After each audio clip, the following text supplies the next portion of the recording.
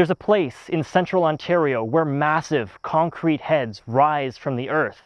You may have already seen these on social media. It's become well known as a very Instagrammable spot. And sure, they look cool, but there's a lot more to it than that.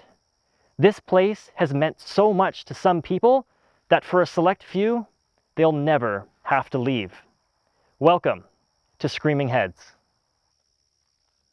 I'm in a place called Midlothian near Burk's Falls, Ontario. This is the home of artist, painter, and sculptor Peter Komarny. He lives on this 125-hectare property, and he turned it from an old farmhouse into what's now known as Midlothian Castle. Soon after he did that, media attention followed. Komarny wanted to keep adding art to his property, so he turned the Humpty Dumpty figure atop his castle into a 2D form. This was the first screaming head, and almost 3 decades since the mid-1990s, Komarny is still making them. I am Peter Camani. I am the creator of the Screaming Head. So I started off repairing the house, and then in 1995, I started moving and putting monoliths on the fields. The only thing that I do, I cannot sit and do nothing. I've never been able to sit and do nothing. I have to do something. So that's the whole idea of I've always got to be thinking what I'm going to be doing next. And you never intended this to be a public space, correct? No, I was doing it all for myself. I'm not trying to please anybody else. I'm just trying to do what I find challenging.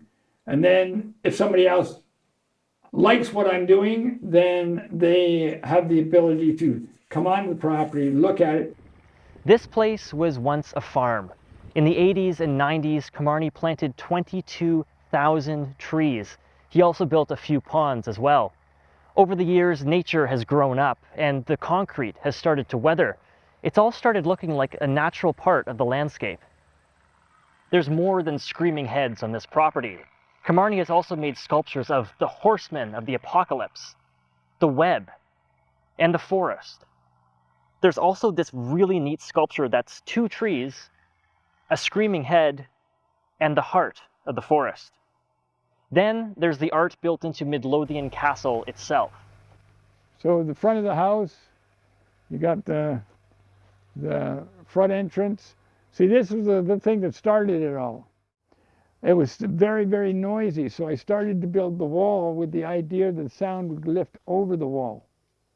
Every sort of castle or whatever should have lions, and that does make it look a lot more sort of medievalish than the other views.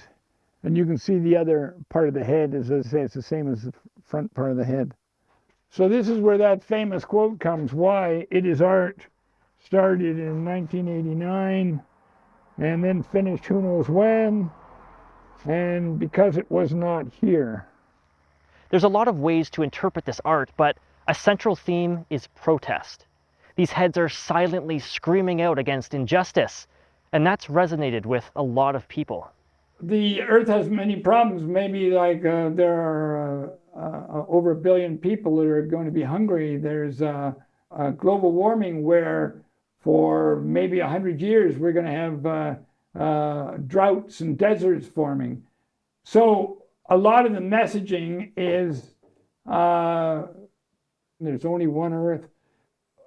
Individually, you can't do it. You would need total cooperation. And with the world situation, you can't see total cooperation at all. People, they're after number one first of all. If these heads were meant to represent a protest, they're doing a decent job of showing how movements can grow. Every year, more heads join the others in the fields, and more people take notice. But like so many movements, this one has been built around a strong leader. There's going to come a day when Komarny can't keep building these heads and taking care of the grounds. He says he isn't quite sure what's going to happen at that point, but it's hard to imagine this place as anything but a living art gallery. After all, any changes would have to first go through an army of concrete-headed protesters.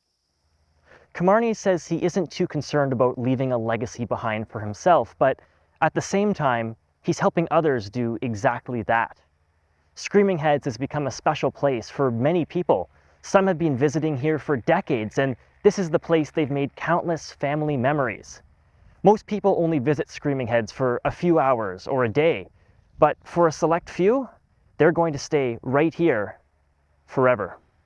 Hi, my name is Sandra, and this is my mom's monument. Her name was Dorothy Sewell. I asked if I could have my mother's celebration of life here because I've been coming here since 1987. And at that time, Peter had just finished this one and asked if I'd like to have this one done for my mom. So I thought it was pretty cool because we didn't have anything for her in the city and we weren't going to. So this is here forever now. It's kind of a magical place to be. So I come here lots. My mother, when she would visit from the city, would be here. My son grew up. This was like his backyard. It's just one of those places you go to. It's an interesting concept, and it makes the future of Screaming Heads more complex. In the early 2020s, this place already serves as an art gallery, a semi-public park, event ground, photography space, wildlife habitat, and a sporting venue.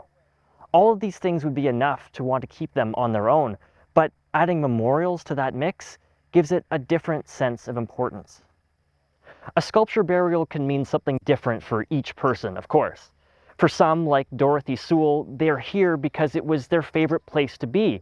In a way, this makes sure that her family will keep coming back and experiencing the same things that she loved. For others, it might be for more abstract reasons. Think about somebody who spent their whole life fighting for a cause but didn't live to see the changes they were calling for. Having a tombstone that silently screams out for all of eternity is a message to the living. There's always more work to be done. I like the way Komarny described it on his old website. Quote, "The Screaming Heads are a protest for whatever you wish. Why must you rest in peace?" Unquote. As we heard earlier, Komarny says he doesn't worry too much about his own personal legacy. He doesn't spend his days wondering what's going to happen to this place after he can't take care of it anymore. Some might argue that these memorials could provide an answer to that question. Well, I think it's fabulous. I have a place I can come, and my grandkids can come here, and anybody else that knew my mom. It's not that far from the city. It'll always be here. As far as I know, it's not ever going to go anywhere, and I don't know, that's just pretty special. And Peter is just such a kind, special person to do this, and he allowed me to help him, which is, you know, quite the honor, actually. Her ashes are up in there. She's like up on the mountain at the castle, looking down. It's just no words. Of course, it's impossible to know what the future will bring to this place. Peter Komarny started Screaming Heads for the sake of art itself, but it's become so much more than that. Now, he's not the only one who will work to make sure it stays around as part of Canada's living history.